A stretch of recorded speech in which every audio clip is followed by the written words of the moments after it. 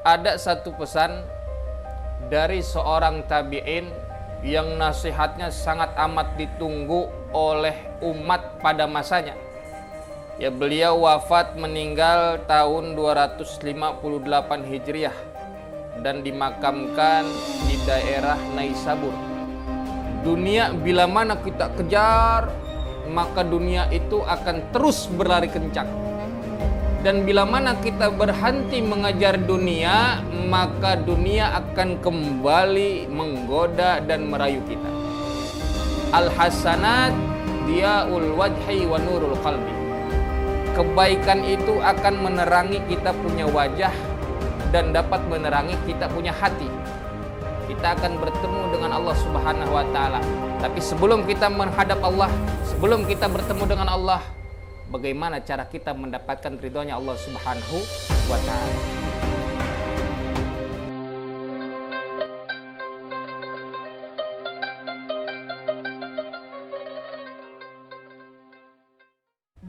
Assalamualaikum warahmatullahi wabarakatuh.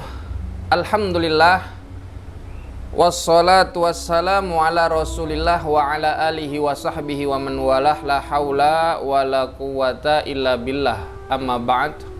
Kaum muslimin muslimat yang dimuliakan Allah Subhanahu wa taala, ada satu pesan dari seorang tabi'in yang nasihatnya sangat amat ditunggu oleh umat pada masanya.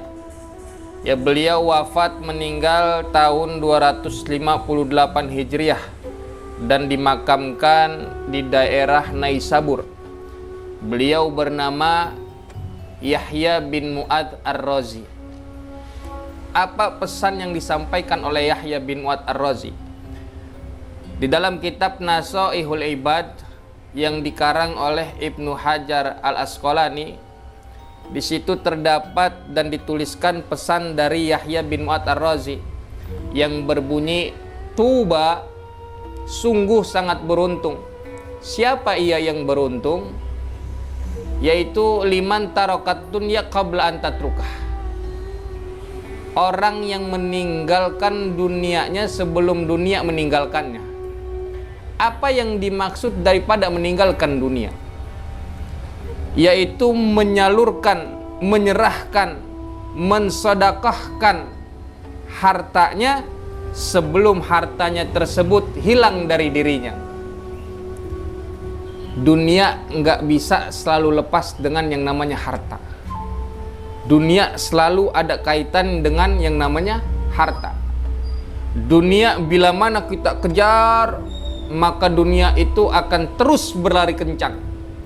Dan bila mana kita berhenti mengejar dunia, maka dunia akan kembali menggoda dan merayu kita. Maka sejatinya dunia atau harta yang kita miliki, kita sedekahkan, kita berikan kepada orang yang membutuhkan dalam jalan kebaikan, dalam jalan hal-hal yang diridhoi oleh Allah Subhanahu wa taala. Sebab yang namanya harta, bila mana kita sedekahkan, harta tersebut kelak akan menjadi deposito, tabungan buat bekal kehidupan kita di akhirat nanti. Pesan berikutnya yaitu pesan yang kedua, siapa orang yang beruntung? Yaitu wabana qabrahu qabla an yadkhulah.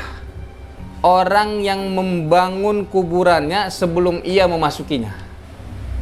Bagaimana cara kita membangun kuburan kita sebelum kita memasuki kuburan tersebut? Bagaimana cara kita mendirikan kuburan kita sebelum kita memasukinya?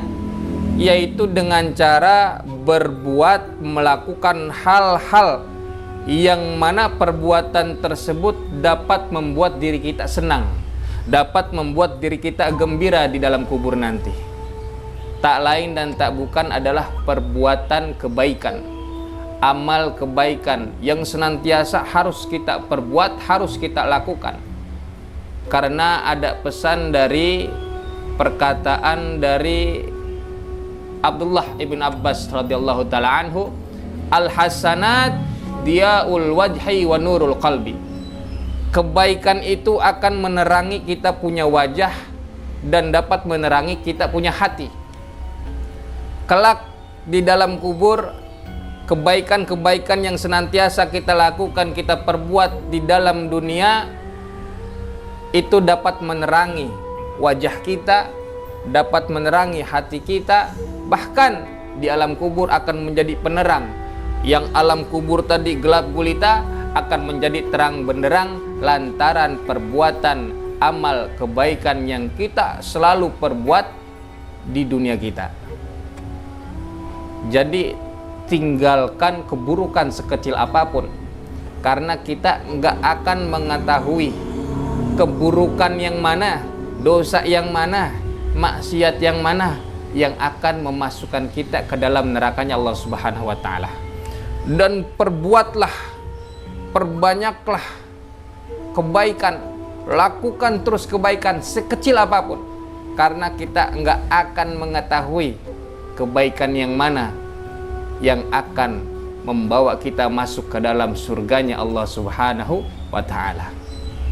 Pesan yang ketiga yang disampaikan oleh Yahya bin Mu'ad Ar-Razi, yaitu siapa ia yang beruntung, wa arda rabbahu qabla an yalqah, yaitu bagaimana cara kita mendapatkan ridhonya Allah Subhanahu wa ta'ala sebelum kita menemui Allah, yaitu dengan kematian. Kita akan bertemu dengan Allah Subhanahu wa ta'ala.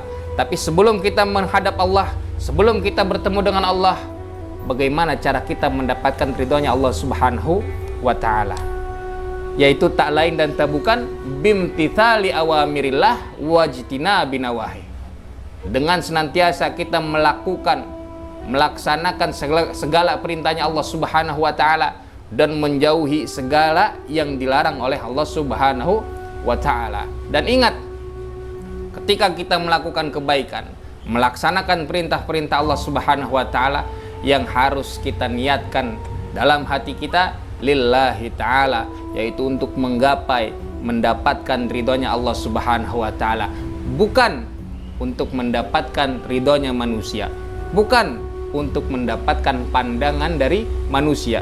Ketika kita berbuat baik, jangan ingin dipandang menjadi orang baik. Ketika kita bersedekah, jangan ingin dipandang menjadi orang yang kaya, orang yang dermawan, bahkan ingin dipandang menjadi ahli sedekah. Ketika kita belajar, jangan ingin dipandang menjadi orang yang alim. Ketika kita beribadah, jangan ingin dipandang sebagai orang yang ahli ibadah. Tapi dalam hati kita niatkan segala kebaikan yang kita perbuat lillahi ta'ala, untuk menggapai mendapatkan ridhonya Allah Subhanahu wa ta'ala, bukan ridhonya manusia. Ridallah ghayatun la tutrak, wa ridhan nas ghayatun la tudrak, fadrik ma la yudrak, watruk ma la yudrak. Ridhonya Allah Subhanahu wa ta'ala adalah tujuan yang tidak bisa kita tinggalkan, sedangkan ridhonya manusia adalah tujuan yang tidak bisa kita dapatkan. Maka dapatkanlah yang tidak bisa kita tinggalkan, dan tinggalkanlah apa yang tidak bisa kita dapatkan. Jazakumullah, mudah-mudahan kita dapat memperbekal diri kita sebelum kehidupan kita di akhirat nanti. Mudah-mudahan dalam keadaan bahagia kehidupan kita di akhirat. Assalamualaikum warahmatullahi wabarakatuh.